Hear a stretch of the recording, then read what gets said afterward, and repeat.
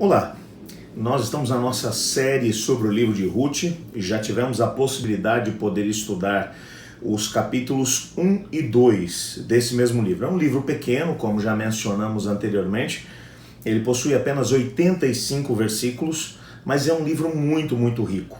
Nós estamos aqui apenas tirando algumas pérolas preciosas desse livro. O grande desafio que fica é para que você estude minuciosamente esse livro e extraia dele algumas belezas realmente incontidas. Nesse nosso encontro hoje, nós vamos analisar alguns aspectos apenas do capítulo 3 e do capítulo 4.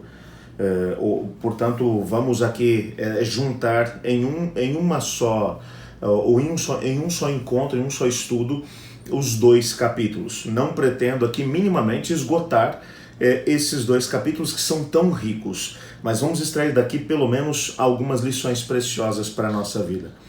Eu quero te convidar para que você leia o livro comigo, sem mais delongas. Ruth capítulo 3, nós vamos ler aqui uma parte do capítulo 3 e uma parte do capítulo 4. Ruth capítulo 3, nós vamos ler a partir do versículo 7. Como já mencionei, estou usando a nova versão transformadora da Bíblia. O texto diz assim: Quando Boaz terminou de comer e beber e estava alegre, foi deitar-se perto de um monte de grãos e pegou no sono. Ruth se aproximou em silêncio, descobriu os pés dele e se deitou. Por volta da meia-noite, Boaz acordou de repente. Ele se virou e ficou admirado de encontrar uma mulher deitada a seus pés. Quem é você? Perguntou ele. Sou sua serva Ruth, respondeu ela. Estenda suas asas sobre mim, pois o Senhor é o resgatador da minha família. Vamos para o capítulo 4 agora.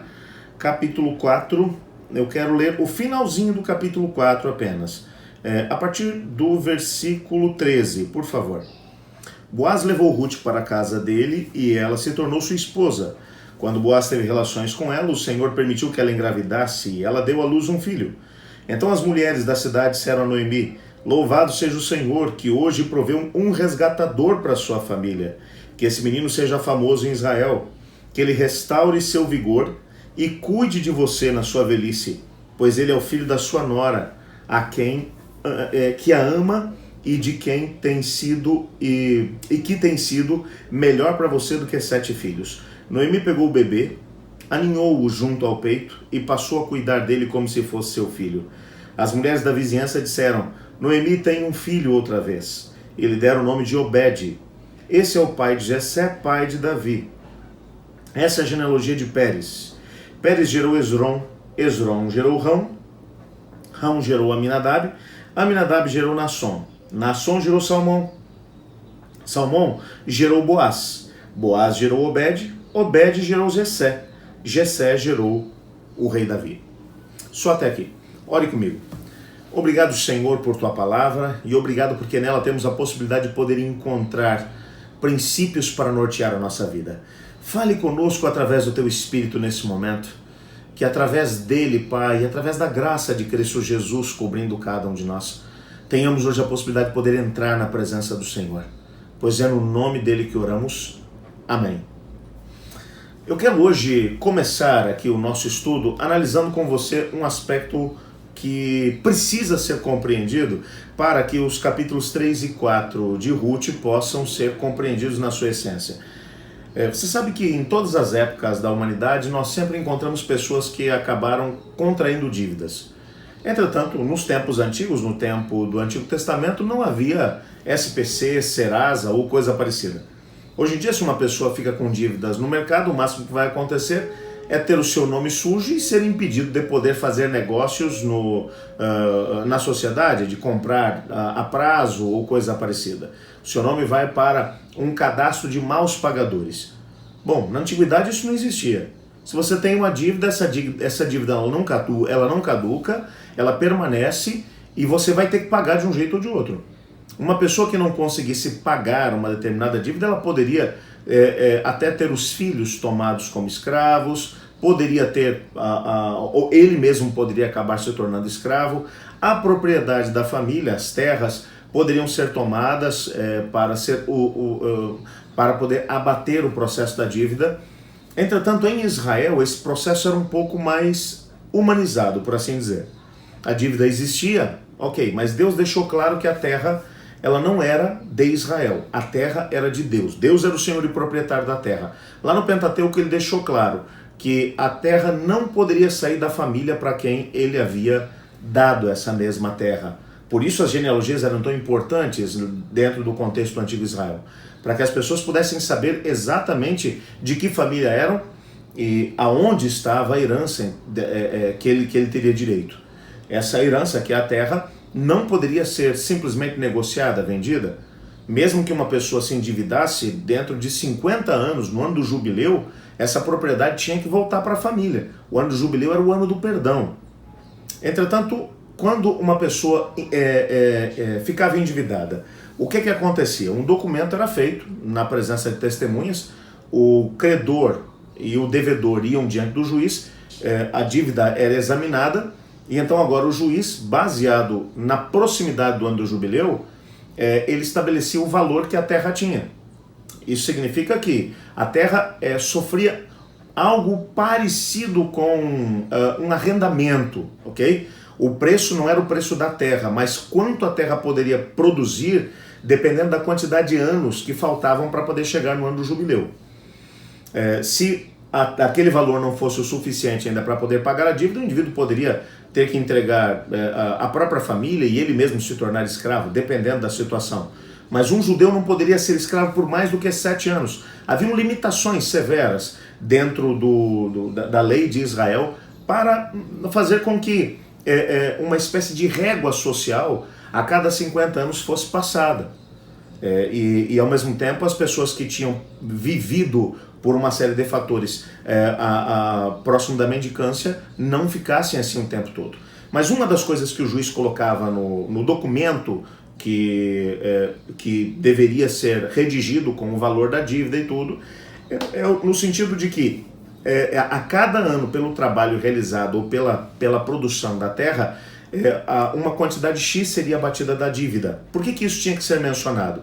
Porque em qualquer momento desse período, enquanto a dívida estivesse vigente, um parente próximo poderia se apresentar para pagar a dívida. Esse parente próximo era chamado de Goel, ou resgatador.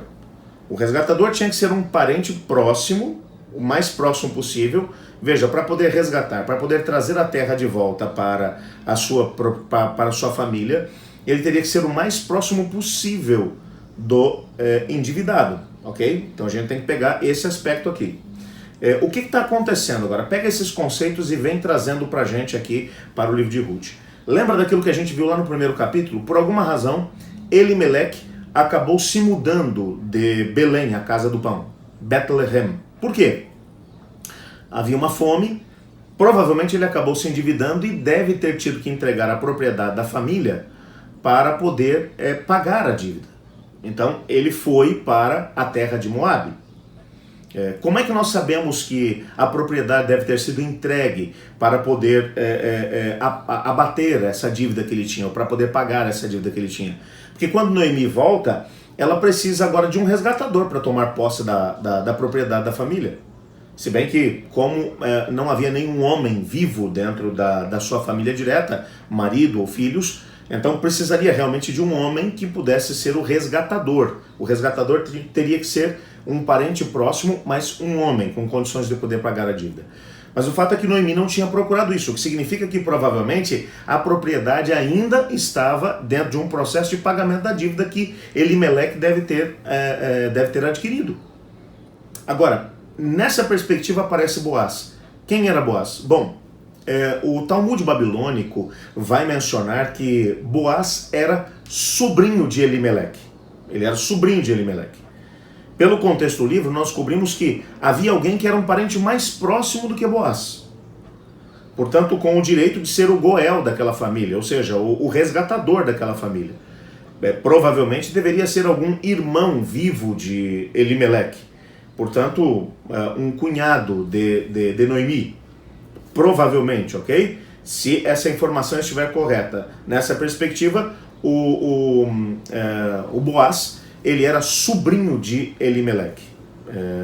Ele era um dos possíveis resgatadores, mas havia um que era mais próximo dele. Portanto, alguém que provavelmente deveria ser um irmão direto de Elimeleque. Esse indivíduo teria o poder de resgatar a propriedade, trazer a propriedade de volta para a família, mas para poder fazer isso havia uma cláusula dentro do contexto da lei. Para poder resgatar a propriedade, ele deveria também resgatar a viúva. Nesse caso, a viúva que ainda tinha a possibilidade de poder ter filhos era Noemi. Desculpa, já não era mais Noemi. Noemi já nessa altura já era idosa. Ela mesma já tinha mencionado lá no capítulo 1 que ela não teria mais a possibilidade de poder ter filhos. Seria Ruth, que era filha, ou era a nora de Elimeleque, e ao mesmo tempo viúva de Malom, que era o filho de Elimeleque com a Noemi. Então, nessa perspectiva, o resgatador teria que tomar por esposa Ruth, ter um filho com ela. O filho que ele tivesse com ela não seria dele mesmo, mas seria do falecido, para que o nome dele não fosse apagado dentro do contexto de Israel. Ok? Agora, veja bem o que está acontecendo aqui. Ruth, ela abraça o Deus de Israel, ela deixa para trás todos os deuses dos Moabitas, ela vem, ela se posiciona em relação a isso. Não sabemos exatamente por quanto tempo ela permaneceu respigando a cevada e depois o trigo. Sabemos que alguns comentaristas bíblicos vão falar em algo em torno de 3 meses, mais ou menos. O fato é que o processo de colheita estava terminando. Ruth teria que retornar agora para junto da sua sogra e continuar a sua vida na mendicância. Nessa perspectiva, o capítulo 3 começa dizendo que Noemi procura Ruth e disse: Ruth, está na hora de eu poder me preocupar com o seu futuro. Nós temos uma propriedade aqui em Belém.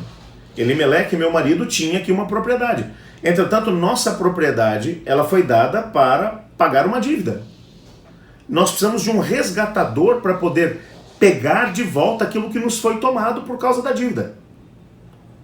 E há uma coisa que você precisa saber. E então ela vai explicar para Ruth exatamente aquilo que eu estou explicando para vocês. No texto, o autor de Ruth, creio eu ter sido o profeta Samuel, ele não vai explicar em pormenores esses detalhes que eu estou explicando para você, mas ela deixa claro para Ruth o que ela deveria fazer. Como o Boaz, que era um dos resgatadores, não havia tomado a iniciativa no sentido de poder resgatar a propriedade e ao mesmo tempo a viúva, Noemi agora traça um plano mais arrojado.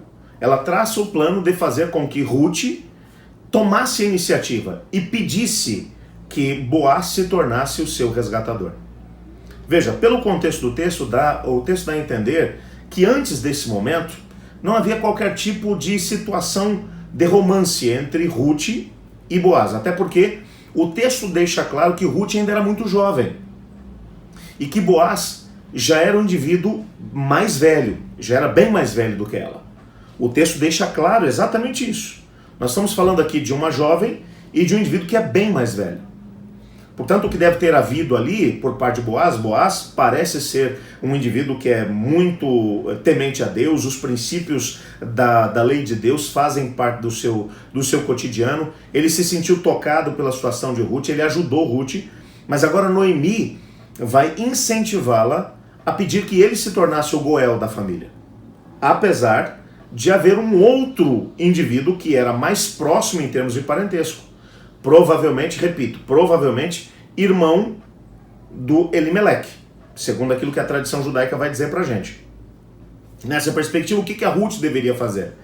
A Ruth deveria, dentro do contexto da festa da cega que estava acontecendo, era o momento em que Boaz, juntamente com todos os trabalhadores, estavam festejando, celebrando no local da plantação aquilo que tinha sido a colheita. Provavelmente aqui tinha acabado o trabalho. Aqui já tinha acabado o trabalho do ano.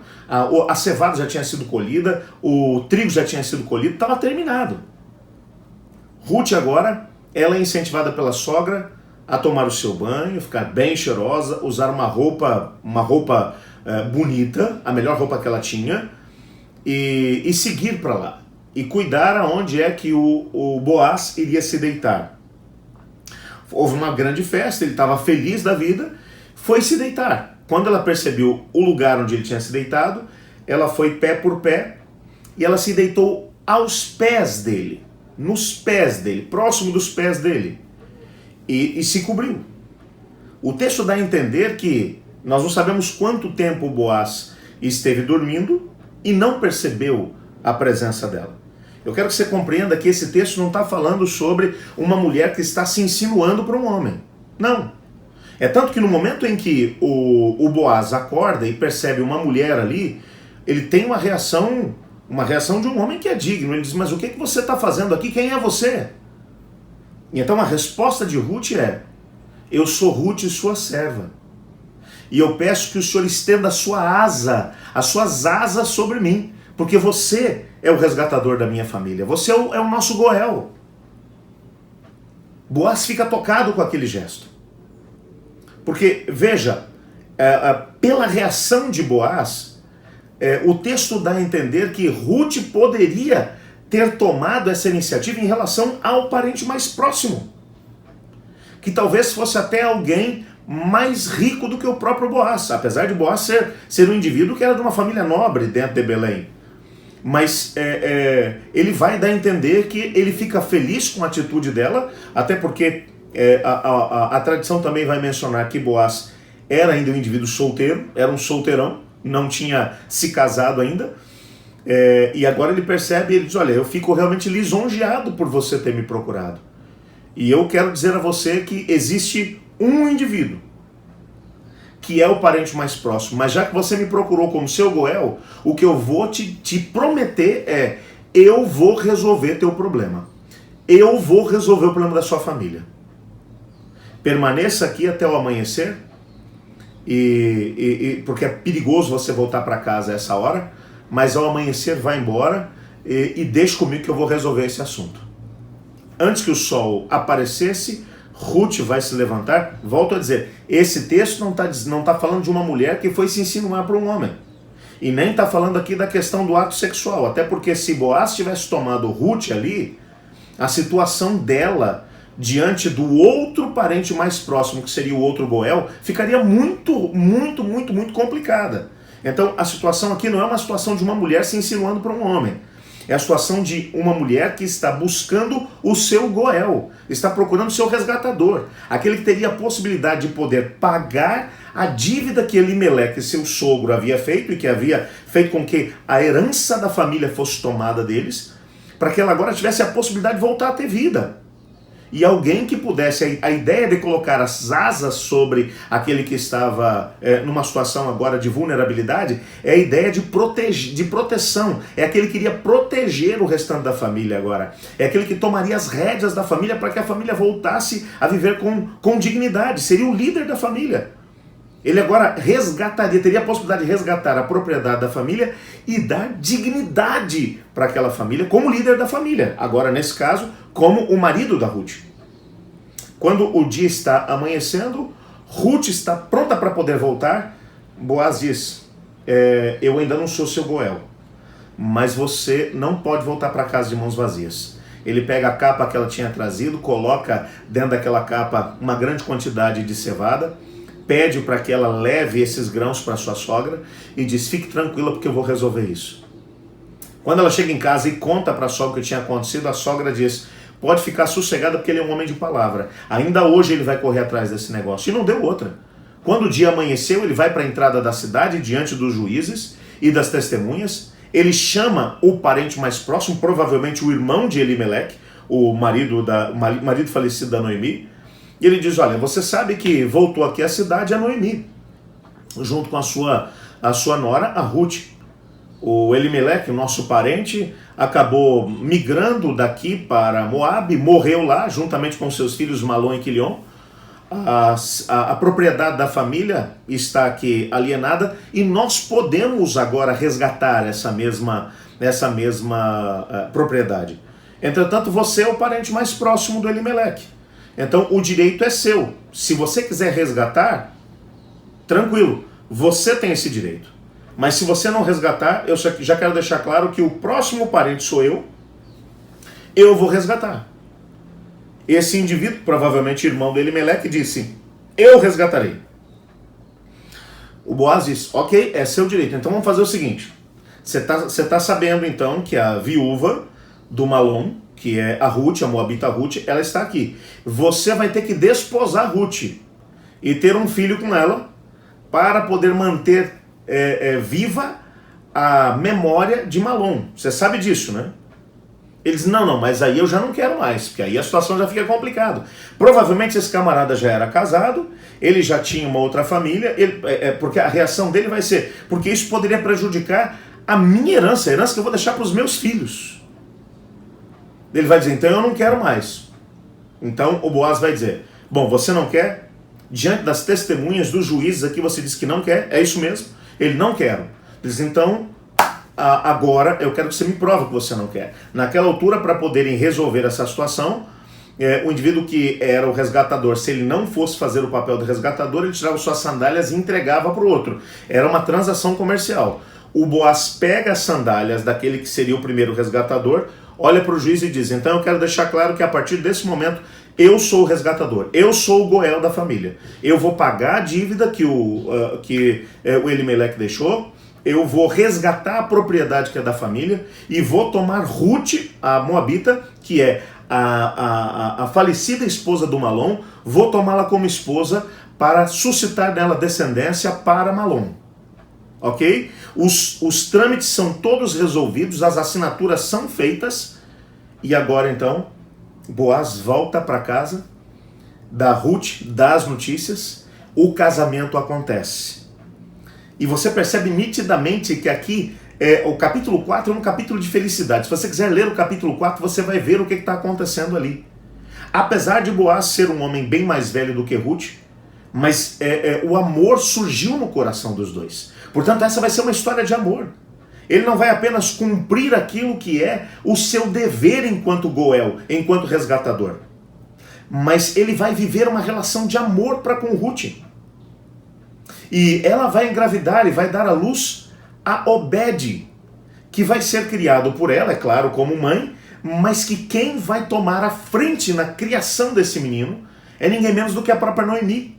Porque esse menino representa para aquela família uma coisa muito bonita, representa a continuidade do nome da família. O nome da família não se perderia mais. Noemi, portanto, agora ela volta a ter vida. As pessoas da cidade de Belém vão dizer que ela é uma mulher agora diferente, ela está feliz, porque agora ela tem mais um filho que é Obed. Nós não sabemos por quanto tempo Ruth e Boaz tiveram a possibilidade de poder viver esse amor. Mas o texto dá a entender que eles viveram uma relação de amor. Ele não foi apenas o resgatador, não apenas suscitou descendência em Ruth e deixou um filho para poder cuidar dela, mas ele estabeleceu um lar juntamente com Ruth. E o texto vai terminar mencionando agora aonde foi que essa história levou. E se você olhar para a genealogia que vai aparecer no final do capítulo 4, vale a pena a gente dar uma olhada nesse detalhe, porque o texto vai dizer assim, olha, essa vai ser a genealogia, ou essa é a genealogia de Pérez. Quem era Pérez? Pérez era o filho de Judá, ok? Era o filho de Judá. Isso aqui é muito interessante. Por quê? Porque aqui já fica uma coisa em aberto. Quando você vai ler o Pentateuco, você vai descobrir quem são esses caras que aqui aparecem. O Pérez era filho de Judá, mas filho de Judá com quem? Com Tamar. Há toda uma história que vai aparecer lá no contexto do Antigo Testamento. O Judá havia se casado com uma mulher cananita, teve filhos que eram extremamente maus, e ele dá Tamar para se casar com o seu filho Er. Mas Er era mau e o Senhor Deus o castigou e ele morreu. E então agora, dentro da própria lei do levirato, o cunhado deveria assumir a vez do seu irmão falecido para poder suscitar descendência na viúva.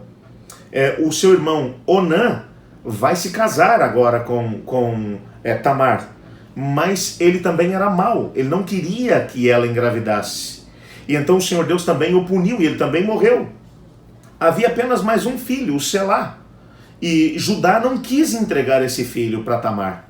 Tamar usa de toda uma estratégia o Judá acabou ficando viúvo nesse meio tempo, e ela se despe das suas roupas de viuvez, ela vai para o caminho onde ele passaria, ela está com um véu, está toda adornada como se fosse uma prostituta, se insinua para Judá e seduz Judá, e Judá se deita com a própria nora.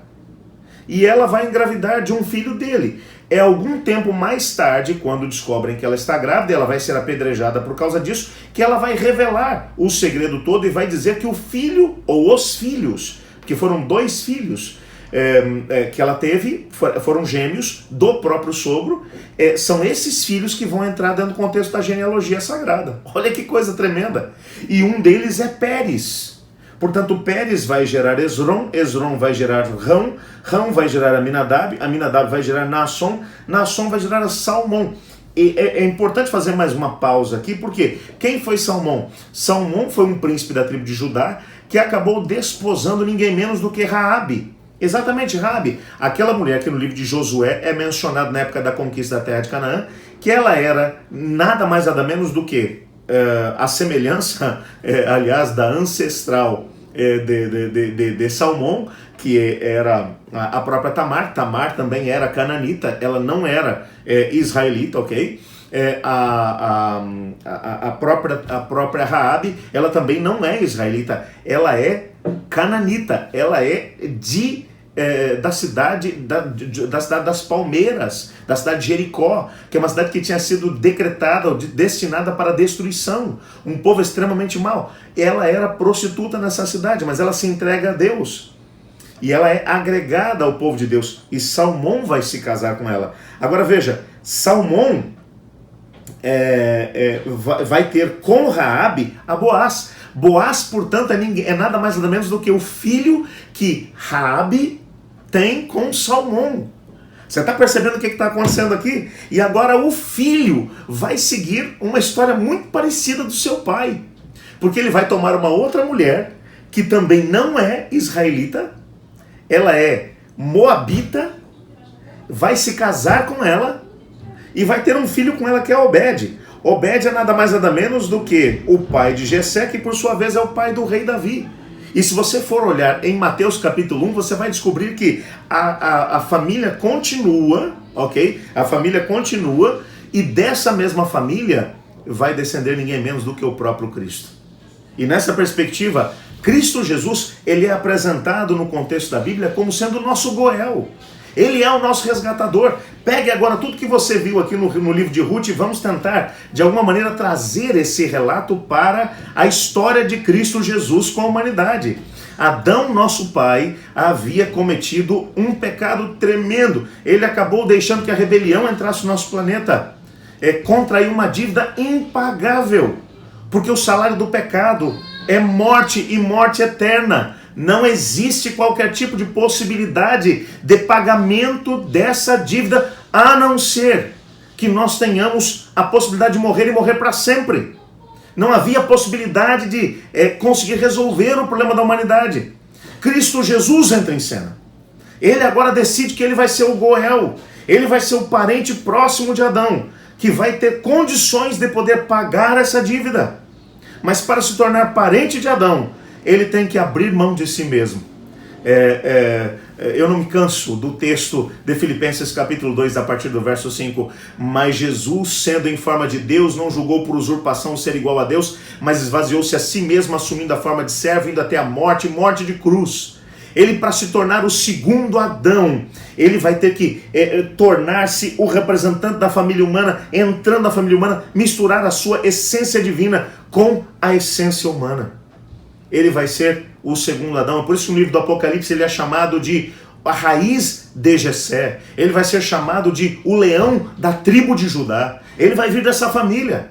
Ele vai vir desse povo. Ele vai vir aqui dessas pessoas. Para quê? Para ter a possibilidade, na qualidade de parente próximo de Adão, do Goel, o parente próximo com condição de poder pagar a dívida. Ele vai vir, vai sofrer o que o Adão merecia ter sofrido. Ele vai passar pela morte eterna. Na cruz, Jesus abraçou a morte eterna. Na cruz, Jesus Cristo abraçou aquilo que era a consequência imediata do pecado, não apenas de Adão, mas de toda a família humana. E ele foi até as últimas consequências para poder conseguir nos salvar. Morrendo na cruz, quando ele disse está consumado, ele comprou para nós o direito de podermos ser completamente salvos.